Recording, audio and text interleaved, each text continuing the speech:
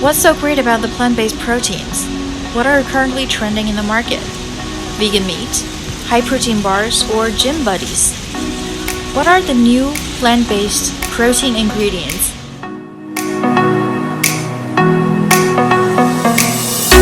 Welcome to Ingredients for Use video podcast. This is Madeline from the digital marketing team. Today I invited Donald Tan, the CEO of Ingredients for You, to share his point of views on certain new plant-based protein ingredients in the market, which are currently trending. Thank you, Donald, for being here with us today. First of all, could you give a brief introduction about the current market and segmentation analysis of vegan proteins?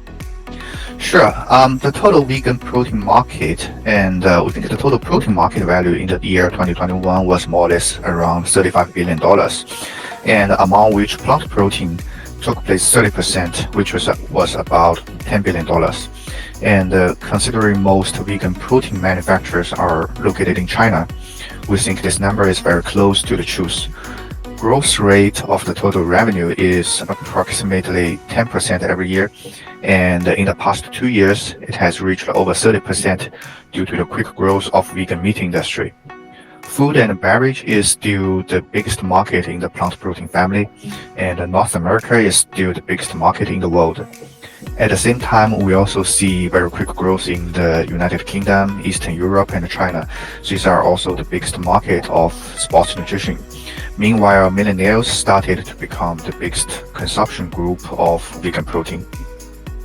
We can see that there are lots of new vegan protein ingredients in our industry in the last 5 years. Would you mind sharing with us about your understanding on these new ingredients? Yeah, the market needs these new ingredients because each vegan protein ingredient has a different amino acid profile, and we have different types of consumers, even though most of the vegan protein consumers are millennials. For example, a person taking plant protein for muscle recovery will have a high demand on glutamine. For energy purpose, will require higher content of arginine. And for meal replacement purpose, will require more balanced amino acid profile, plus some other vitamins. Therefore, a single plant protein we think is no longer enough to meet with customers' daily nutrition needs. And the market will need more types of vegan protein to combine them with each other. And the same situation also happens on different application scenario.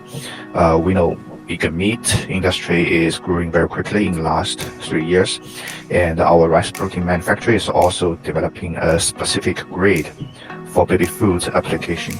And beverage, yogurt, and traditional nutrition bar, they will also need different performance of plant protein like pH value, texture of the protein, and the water content of the protein powder, and the dispersibility of the protein. So each vegan protein has very different feature and characteristics. So the market will need these new vegan proteins for different scenario. And last of all, safety is another consideration because amino source protein may not be so sustainable compared with vegan protein. Ingredients for You started our development of vegan protein 10 years ago, as we always believe plant source protein is more natural, more safe, and more sustainable for people. For example, people with lactose intolerance could take a vegan protein product. Vegetarian could take a vegan protein product. We always recommend more on pea and rice protein rather than soy, as rice protein and pea protein, they don't have any GMO concern. So many new types of plant protein like fava bean protein, chickpea protein have very less concern of pesticide and heavy metals, etc. Talking about which, could you give an example that shows the uniqueness of these new ingredients, new vegan proteins? Yes, maybe we can share like fava bean protein as an example. This is a summary from one of our colleagues to demonstrate what is unique from fava bean protein.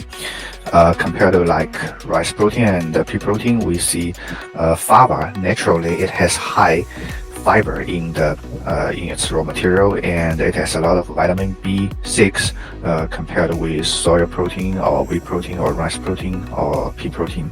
And also it has a higher levels of magnesium, and it is very suitable for everyone because it is naturally allergen free and is powdered by plants.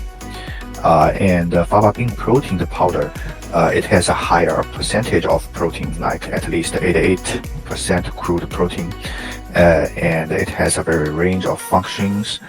So the amino acid profile is also perfect and has very mild flavor. So we think this is a perfect solution for our customers. And we can see another example of pea protein, because pea protein is a very well-seen vegan protein ingredient, but there are already a lot of new grades and specifications on pea protein in recent years, like the textured pea protein, which is very good option for people to use in the vegan meat product. So we think these are very new and a very new specification of the traditional protein and new plant protein ingredients. What do you think would be the next trend in the vegan protein industry? Could you briefly introduce about that? Yeah, and obvious trends that we can see is the combination of different sources of protein, like animal source protein plus vegan protein, and of different vegan proteins combination, and also vegan protein plus some other nutrition ingredients. The reason has been explained just now, that is because the market needs to meet with different people's demand. People will take protein as a supplement after fitness activity, must have different amino acid requirements compared with those who take protein for meal replacement. So, and another very important trend is companies are taking more care of consumer experience. This means with the development of technology, many traditional plant protein ingredients already have a solution of better water solubility, like rice protein. Nutrition bar also requires very specific items like particle size or pH value or water content, because these items will influence the flavor of the bar. And compared with traditional rice and pea protein, many new plant protein like pumpkin seed or chickpea protein, they have more wild and neutral taste. So it is easy for R&D to apply them in different finished product. And last of all, we see many other relevant industries are also researching plant protein in their product, like infant nutrition, which has a much higher requirement on safety, and medical foods as well. And vegan meat, we all know it is already applying a lot of plant protein rather than soy protein in the finished product.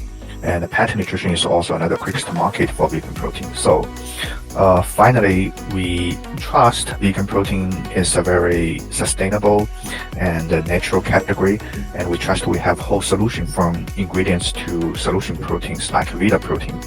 And we also look forward to talking with our customers, and you will see what we can help. That's it for today's video podcast. We'll see you in our next video, and please make sure to follow us on LinkedIn page and subscribe to our YouTube channel if you haven't already. 好了，播成 video. Bye guys, 李子。